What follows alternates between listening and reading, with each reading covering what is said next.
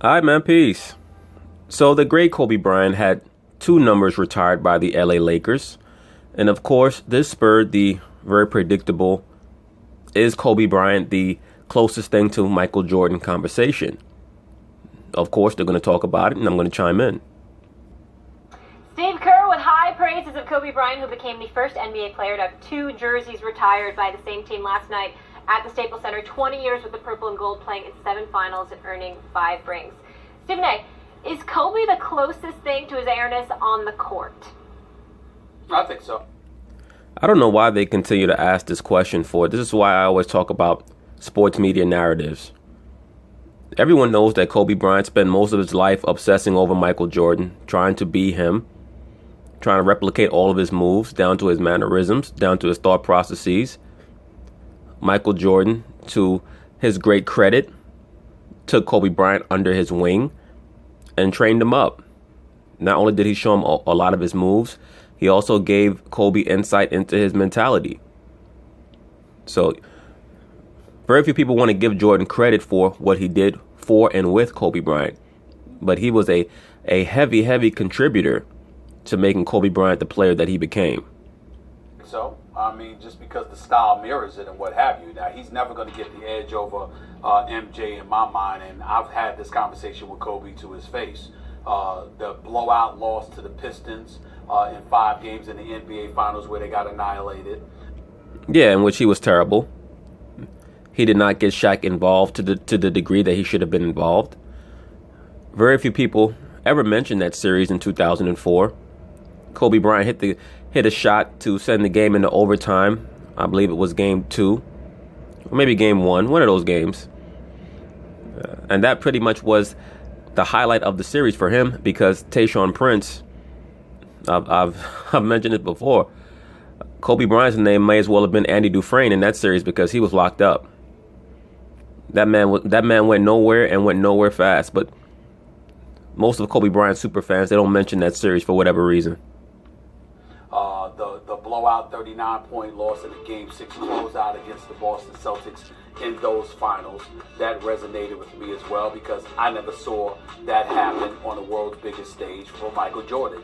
That's where it resonates with me. Now, Kobe is that guy. He's that guy with that killer instinct. He had that kind of game. He had that kind of assassin mentality. I will say this for Kobe in regards to the Game 6 blowout against Boston. And I mentioned it in another video in regards to that Game 6 blowout, where they put James Posey on him and the other brother who was playing with the Memphis Grizzlies for a while, who Kobe gave credit to being his best defender, Tony Allen. They both did a phenomenal job on Kobe over the course of that series. And by Game 6, Kobe was very much worn out mentally and physically. And the Lakers were not ready to face a team as intense as the Boston Celtics. Boston that season was extremely intense, led by Kevin Garnett. And the Lakers were building. And they probably got to the finals a year early. Either that or they just ran into a team that was just better than them. And that happens. But the Bulls, when they finally got to the finals, they were ready. Had the Bulls got to the finals in 1990, say if Pippen had played that Game 7 and somehow they found a way to win in Detroit, who knows? They may not have been able to beat Portland. I think they would have beat them anyway. I think that Jordan would have had 7 titles instead of 6. But no, there's a lot that comes into play when certain teams make the finals. Some teams are just not ready yet. And he was merciless in terms of demoralizing you and cutting your throat out. But in the end, he doesn't eclipse Michael. But is he the closest? Yeah, because everything he did was in an effort to mirror or eclipse what Michael Jordan had done. Michael Jordan was the target that Kobe was aiming for. He was unapologetic about it in every way, to everyone, including Michael Jordan. And that's why it's all right to make those comparisons. Yeah, Kobe Bryant is the closest to Michael in terms of the actual game, of course, and that was Steve Kerr's point. And by the way, he modeled his whole game on Michael Jordan. He modeled his whole life on Michael Jordan. His whole life. That's why it's hilarious to see these guys coming to comment. Kobe Bryant was better than Michael Jordan. In what way? He took longer three-pointers. His speech, his dress, his goal for championships, everything was modeled on Jordan trying to be a better version of the original. And that's a great thing. Let me say this: even though I get on Kobe and LeBron, and I get their fans all in a tizzy, this is a great thing what they've done with their careers. You're supposed to want to take things to the next level. I'm sure that Michael Jordan looks at them and says that they're doing what they're supposed to do. You always want your descendants to take what you did to another level. What's the point of you living beyond someone, being able to learn from their accomplishments and their mistakes, and you not being able to advance what they accomplished? The point of you being here is to take what you've already seen and what you've already learned and improve upon it. That's the only way to push mankind forward. So Jordan's true greatness lays in the fact that even though he came into the NBA over 30 years ago, he's still considered the greatest player ever. And we're now 2 generations beyond his career. Or a generation beyond his career if you count the Wizard years. And that's an incredible task when you consider that the original was also clearly the greatest player who ever lived, and usually recognized as the greatest athlete in the history of American team sports, and really the greatest of all time on planet Earth. Like, if that's you happen to play that guy's position, and you try to be that, the greatest ever, any sport, and you try to be that only better than the original, who else would take on that task, right? You know, with that level of lauding, I can understand why Jordan hesitates to have interviews with many of these modern day media members. I think that there's a portion of Jordan who's embarrassed by the way that he's been deified. Don't get me wrong, he has a huge ego, and I'm sure that consciously he also likes it. He likes to be known as the greatest ever, but I'm sure that there's a portion of his mental where he just is embarrassed by the way that people talk about him like a god. It goes way, way, way too far into a form of idolatry. Right, but Kobe tried it and came extremely close. For those who want to argue that Kobe, well, if they played in a different era, if only he hadn't played with Shaq, no.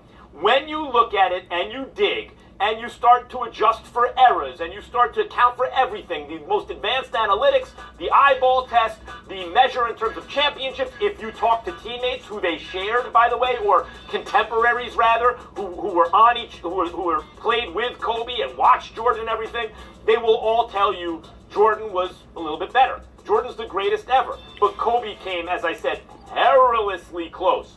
I think we shouldn't conflate the idea on the one hand of being the most like someone with, on the other hand, having as much value as someone. So Kobe is most like Jordan in terms of his game, his size, the position, everything. But LeBron is closest to Jordan in terms of value. I would agree with that. I would definitely agree with that. And I think that is an accurate distinction between the two players. Kobe did the best job of trying to mimic Jordan. But the LeBron versus Jordan conversation is much more pertinent to me than the Kobe versus Jordan conversation. Because LeBron has been the alpha on all of his teams. Kobe Bryant has not. On the all-time list, Jordan's one, and the next time you get to a non-big man, although at LeBron's size, you can almost argue he doesn't play like a big man, but he is like Karl Malone's size, right? Yes, in this era, he is a big man. I brought that out a long time ago. And many of these television sports analysts are finally starting to come around to the analogy that I've been making for a long time, which is that LeBron James is an amalgamation of Karl Malone and Scottie Pippen. That's what he is. He's not Michael Jordan and Magic Johnson mixed together. That's just nonsense that the media came up with for hype about 15 years ago. LeBron James's game is not reminiscent of either Jordan or Magic Johnson at all. He's a great passer, but he is not the passer that Magic Johnson was.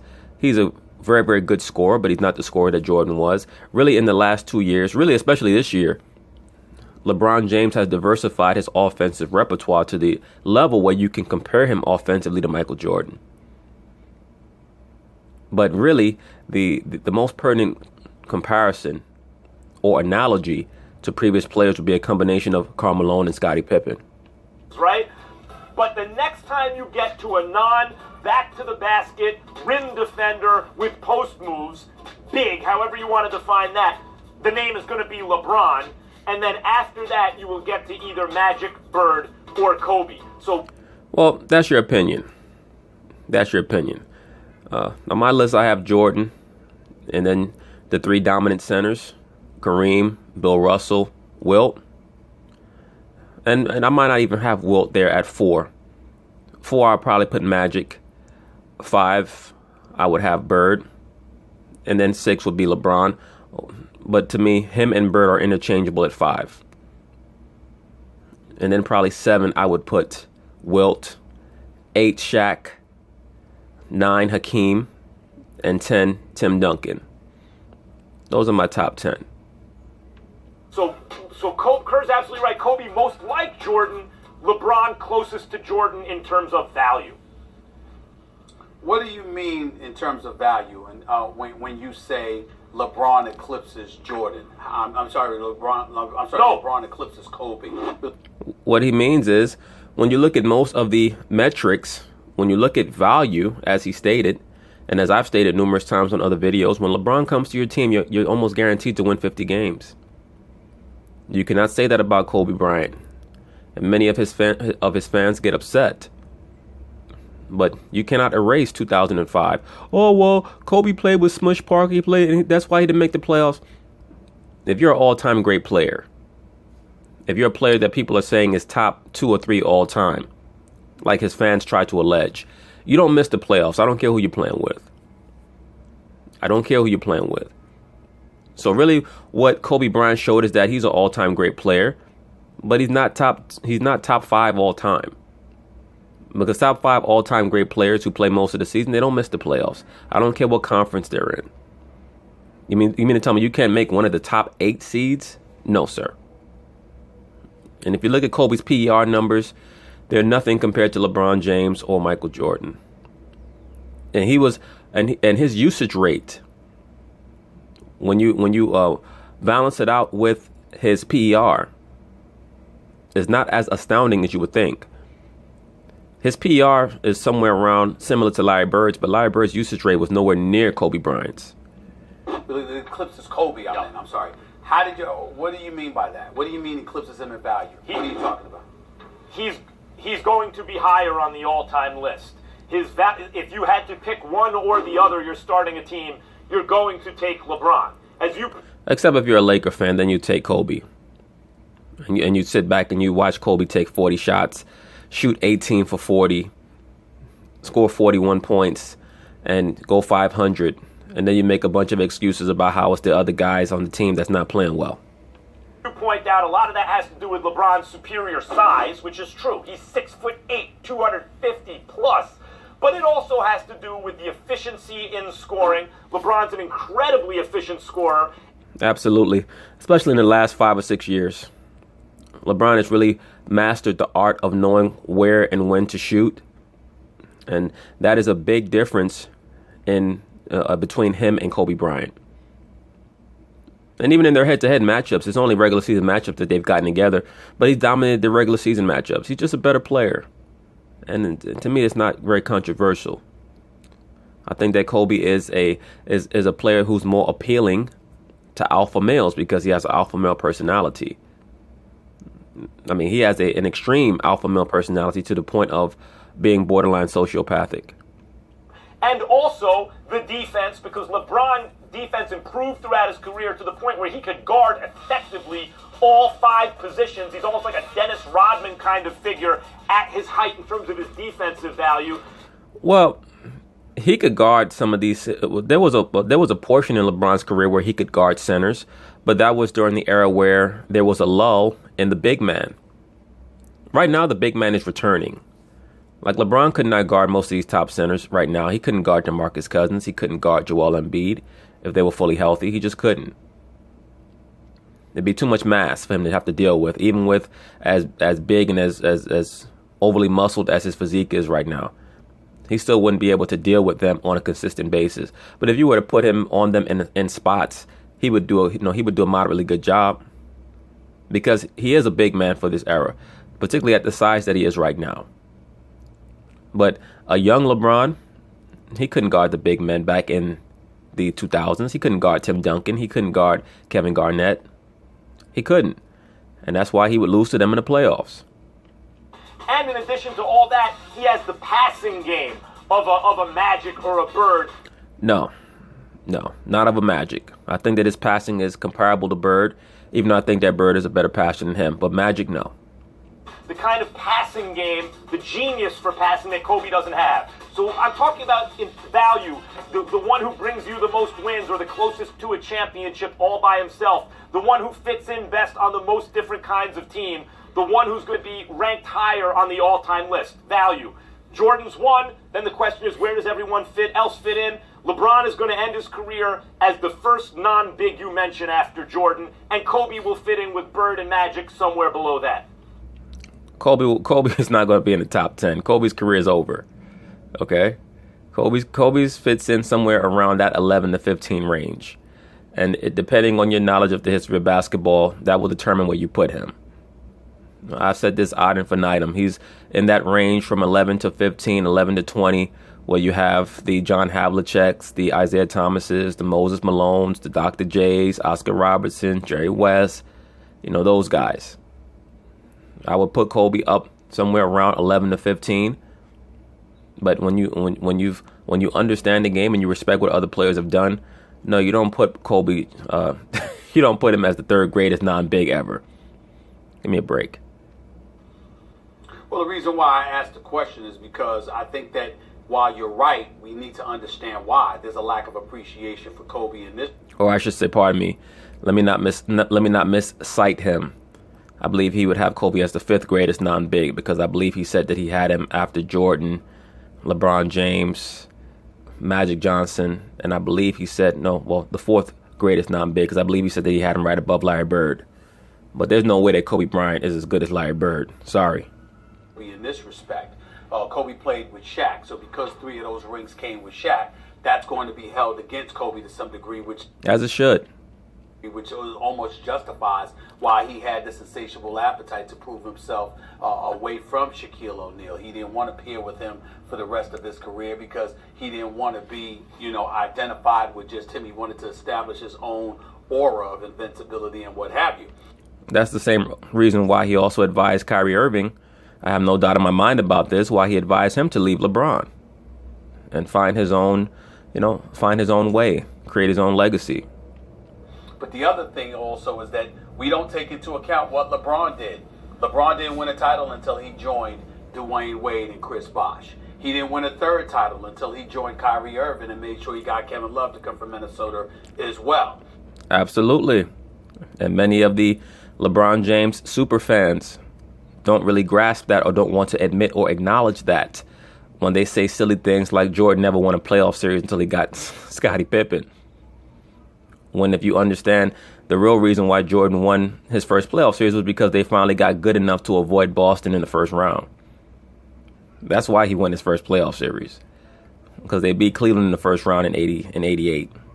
They were able to avoid Boston. And so when we pay attention to those kind of things, as great as LeBron is, we also act too much like it's just LeBron. But LeBron was very adroit, very skilled, very smart in who he decided to join forces with. Agreed. And that had a lot to do with the success that he ultimately was reaped. Now, he doesn't deserve to be excoriated for that because it's a team game and you can't win by yourself. But he went about the business. He didn't inherit anything. He put himself in a position as a free agent where he went to in Miami. Yes, and that whole stratagem was pre-planned by him and D. Wade, and much credit to them. You should pre-plan your life and make strategic moves. But there's a reason why he decided to become confederate with Dwayne Wade and Chris Bosh. Because what they all had in common was they were all in 3 different locations where they were all going nowhere fast. So kudos to LeBron for being his own team builder. But that will count against him when you have these all-time great conversations. He came back back to a situation in Cleveland that was conducive to winning. He stayed within the Eastern Conference throughout his career because it's been considerably weaker than the West for pretty much the last decade. We've got to pay attention to all of that too, whereas Michael Jordan had Pippen and had to groom and elevate Pippen. Thank you, sir. I guess some of these guys will come in my comments and say this ridiculousness.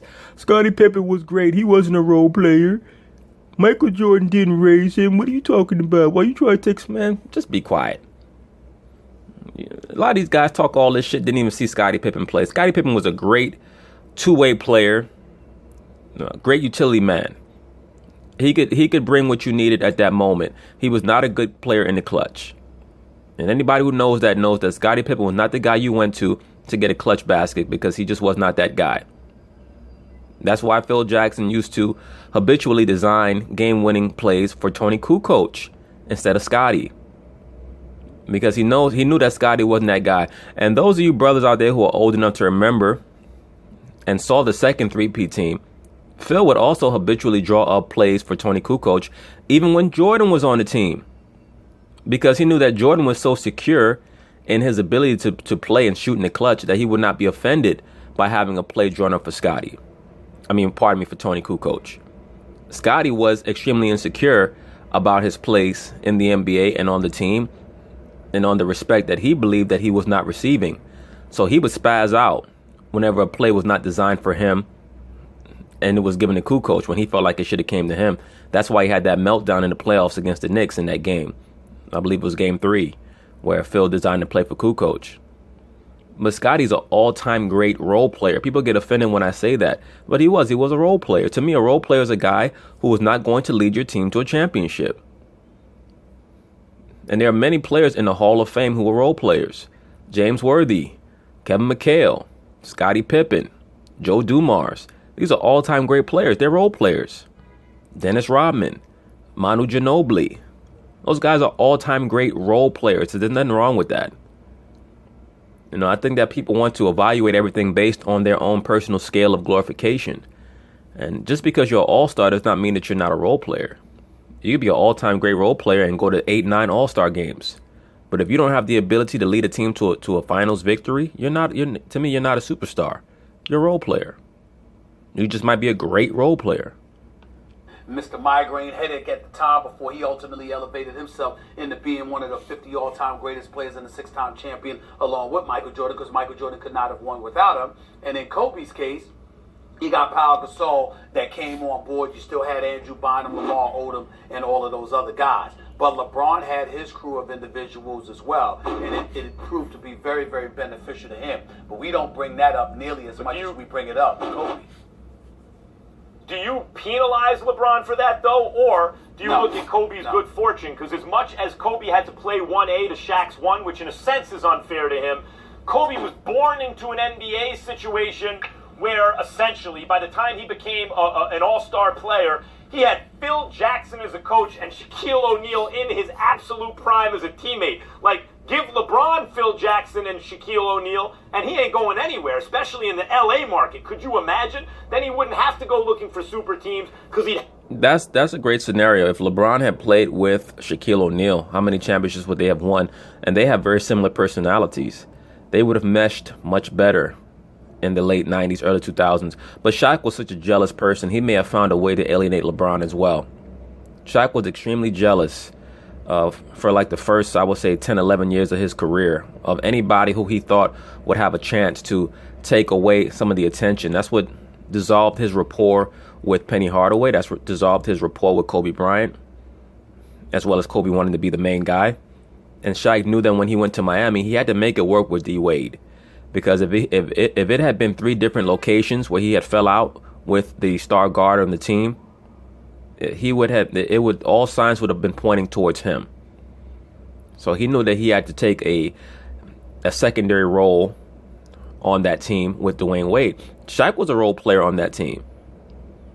He was a phenomenal role player, but he was still a role player. The lead guy was Dwayne Wade. That's not an insult. I mean, you have a lot of great, all-time great players. Patrick Ewing, Charles Barkley, a lot of great players. John Stockton, Karl Malone. They were superstar players. And they got to the finals. I would not call them role players, not just because they didn't win a championship. They was borderline superstar players. They just got to a level where they faced a greater superstar, and they just could not overcome them. Like when you lose the finals in 7, like Patrick Ewing did to a Hakeem Olajuwon, he just faced a player who was greater than him. Hakeem Olajuwon is one of the top 10 all-time great players. Charles Barkley, he got to the finals. He led a team, put a team on his back, got to the finals. He just lost to the greatest player ever. So there are different criteria, but Scottie Pippen is just he's not a superstar level player. He was a great player. He was a superstar level role player. As I stated, just like a Kevin McHale, Joe Dumars, Dennis Rodman. When you put those guys on your team, they a lot of times they could win a game for you in the finals. They could win a game for you in the playoffs. But to me, they're just different. There's different levels. He'd have it. He'd be born into that situation. I don't know that you take credit away from LeBron for seeking out that situation himself when Dan Gilbert so miserably failed to surround him with anything the first go round in Cleveland. Well, here's the problem with that. They were up 2-1 against Boston in 2010 until LeBron found out that his mama was getting a train ran on. Let me stop. Until LeBron found out that Delonte West was tapping his mama. Okay? So it's hard for me to buy into the LeBron didn't have enough help. He had enough help to be up 2-1 on Boston in 2010 until he had a mental breakdown. And as much as it took away a little bit Kobe's shine, seeing all that he could do playing with Shaq, in another sense, he's playing with a prime Shaq and he's in his prime. That's in terms of how high each guy's talents are pitched, there may never have been or since a combination like a prime Shaq and a prime Kobe.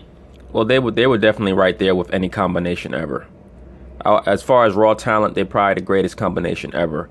I would probably give them a slight edge over Magic and Kareem just because of their the fact that they were both in their prime physically.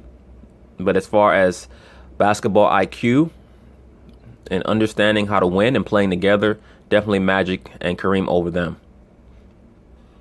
Yeah, but you got to remember, Kobe grew into his prime. Kobe came in as a rookie. Kobe was a bench warmer. Then after that, Kobe was a sixth man before Kobe ultimately started. There was Eddie Jones and Nick Van Exels of the world and others who were on the team. But we knew that wasn't going to last because Nick Van Exel was a knucklehead. And Eddie Jones was a very good player, but he wasn't Kobe Bryant. And that's similar to the situation that I mentioned with Lonzo Ball, where the Lakers may have to consider getting rid of some of those nice players who are not willing to get on the bus with the Lonzo Ball experiment. Because I do notice an issue between Lonzo and Julius Randle, Lonzo and Jordan Clarkson. They may have to find a way to get those guys out and move guys in who are going to go along with the program. When he had first arrived. So Kobe didn't arrive and wasn't a star and was a star from open and tap. He had to mature and work through the Del Harris era. Let's not forget that as well. So there was some... Well, look, Del Harris was leading them to, 50 plus wins. Del Harris wasn't the problem. Del Harris just was not a championship level coach. But he was not the reason why Kobe Bryant was not playing well. He wasn't playing well because he had to develop. He had to mature. Impediments to Kobe's success potentially that could have been there, but he worked his way through it. All right, that'll do it, guys. We got another... But anyway, this was a nice little conversation. Kobe Bryant is an all-time great player. But when you say the closest thing that we've seen to Jordan, I think that's a double-edged question. On the overt end of it, they're trying to imply that Kobe replicated Jordan's style of play, but subconsciously they're also trying to imply that it's Kobe Bryant, the second greatest player ever. Because it's pretty much a consensus by most of the members of the mainstream sports media that Jordan's the greatest basketball player ever. So when they ask a question like that, that is a loaded question. They're trying to implicitly advance to the viewer that Kobe Bryant may be the second greatest player ever. And other than Laker fans and Kobe fanboys, nobody really believes that. But anyway, peace.